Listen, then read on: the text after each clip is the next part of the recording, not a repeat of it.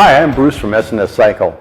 In this video, we're going to show you how to install a set of S&S bolt-in chain drive cams for 2006 Harley-Davidson Dyna models and all 2007 and later big twins. To save time in this video, we've already disconnected the battery and removed the stock cams, cam support plate, and oil pump from this 2006 Harley-Davidson Dyna model. Notice how the tappets are held up out of the way with these handy clips. Why remove the oil pump, you may ask? Well, although some installers will leave the oil pump in place when installing cams, we think it's important to pull the oil pump out and replace the crankcase scavenge port O-ring. Even though this O-ring may appear to be in good shape, you should replace it. First of all, because it's cheap and it's included in the cam installation kit, but mostly because the old one has been exposed to heat and oil for as long as the engine has been together. That can make it stiff and it may not reseal around the oil pump scavenge nipple. The result can be poor scavenging of oil in the crankcase. Excess oil in the crankcase can cause loss of power and even overheating. We don't want that. It's a lot easier to replace this O-ring right now when everything is apart than it will be to go back in and replace it later when you find out you have a problem. Just do it. It's not just shameless self-promotion that this engine will be going back together with the S&S TC3 oil pump and cam plate. It's just that we like the color. This installation covers 2006 Dyna models and all 2007 and later engines. If you have an earlier twin cam 88 engine, the procedure is somewhat different. The cams we're installing are bolt-in cams, which means that they don't require any clearancing and they'll work fine with the stock valve springs. They can even be used with the stock non-adjustable push rods. However, if you're installing higher lift cams in a stock crankcase, you should check the clearance between the cam lobes and the crankcase. The checking is easy. Just plug the cam into the inner cam bearing and turn it 360 degrees. If there's any contact, the area the cam lobe touches must be ground or machined to provide at least 60 thousandths of clearance. That makes the installation a little more difficult because you have to make sure none of the metal chips from the clearancing operation remain in the engine. For the 2007 later engines covered by this video, any cam with more than 585 lift will require that a set of high lift valve springs be installed in the cylinder heads. That makes it a bit more expensive to install high lift cams, not only because of the cost of the springs, but because the cylinder heads must be removed from the engine to install them. You gotta pay to play. But we don't have to do any of that stuff because these are bolt-in cams. When you get an S&S chain drive cam kit, it includes this cam installation kit. The cam installation kit includes a pair of inner cam bearings, and we recommend that you change them. Your new cams have perfect, freshly ground bearing surfaces. It doesn't make sense to run them in old bearings. But if you're replacing a stock cam, there's an even better reason to replace your existing inner bearings. You'll notice that this stock cam bearing does not have a full complement of rollers, but this S&S bearing does. Having more rollers, the S&S bearing can handle greater radial loads than the stock one. And even with stock valve springs, higher lift cams will definitely put more stress on the bearings. There are a number of tools available for removing and installing cam bearings, so follow the manufacturer's instruction for the tool you have when replacing the bearings. It's easiest to assemble the S&S pump and the motor, but regardless of the oil pump you're using, install the scavenge port O-ring in the crankcase, lubricate it with engine oil or assembly lube, and push the inner pump housing into the O-ring, making sure it goes all the way in. Don't put the oil pump O-ring on the oil pump and try and jam it into the case. If the O-ring is damaged or distorted, it won't seal and the oil pump will not scavenge the crankcase efficiently. Follow the installation instructions for whatever oil pump you're installing. Click on the button on your screen for more details about installing an S&S oil pump. Since we're installing S&S bolt-in chain drive cams, the procedure is pretty much like a stock installation. Bolt-in cams are designed to be compatible with all stock valve train components. Stock late model hydraulic chain tensioners can be reused if they're still serviceable. If there's any doubt, they should be replaced. Even though these are S&S Easy Start cams with the built-in compression release, that doesn't change the installation procedure at all.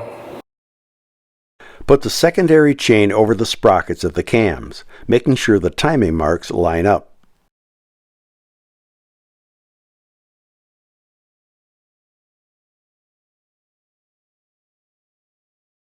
Lubricate the bearing surfaces of the cams and the bearings in the crankcase and the cam support plate with assembly lube. Install the cams in the cam support plate, making sure to keep the timing marks aligned. Install the secondary chain tensioner on the back side of the cam plate.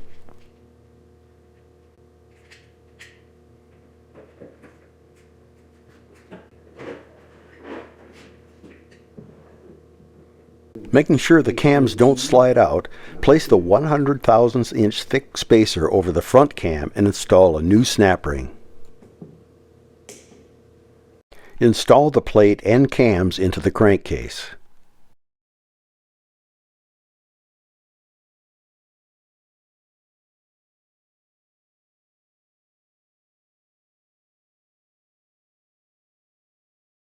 Apply blue thread locker to the cam plate fasteners. Install them and torque them to 100 inch-pounds in the correct torque sequence. If you don't remember the sequence, it's forged right into the plate.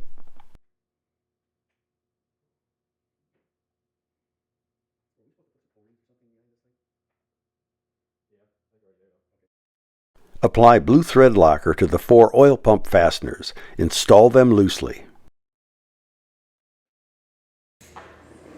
Rotate the engine by turning the rear wheel with the transmission in high gear as you gradually tighten bolts 1 and 2 in the torque sequence until they're snug. This ensures that the oil pump rotors are centered on the pinion shaft. Tighten bolts 3 and 4 until they are snug. Now torque all the bolts to 100 inch-pounds in the torque sequence shown in the instruction sheet and on the cover itself.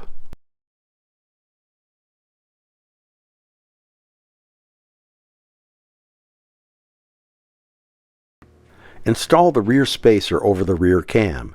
Install the rear sprocket and hand tighten the mounting bolt.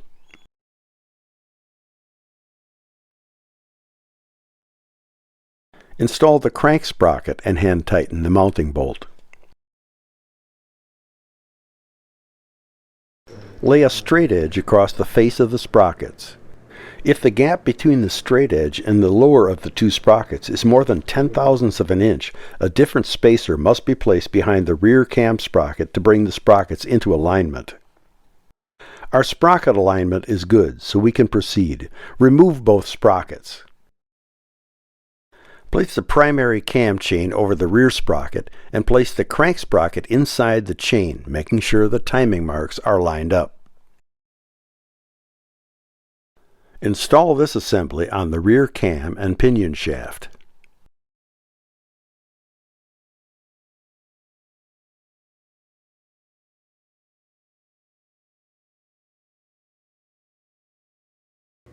Apply red thread locker to the threads of the flanged bolts and a drop of engine oil under the flanges.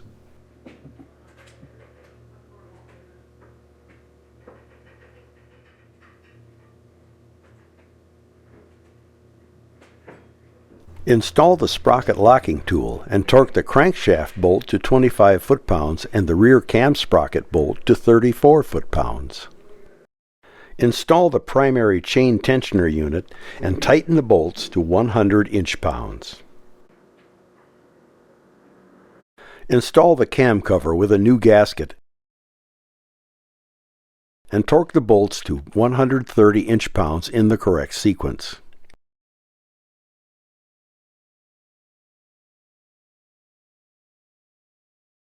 Now we can reinstall and adjust the push rods according to the instructions provided by the manufacturer, whether that is Harley-Davidson, S&S, or whoever.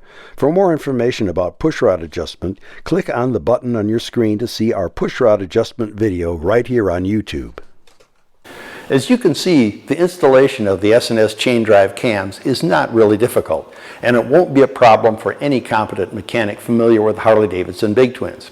However, we don't necessarily recommend this for the average home mechanic. If you don't have the tools or if you're unsure of your ability to install these cams correctly, it may be better to refer this installation to a qualified mechanic. To find an S&S dealer in your area, go to the S&S website at www.sscycle.com and click on the Dealer Locator tab. Thanks for watching.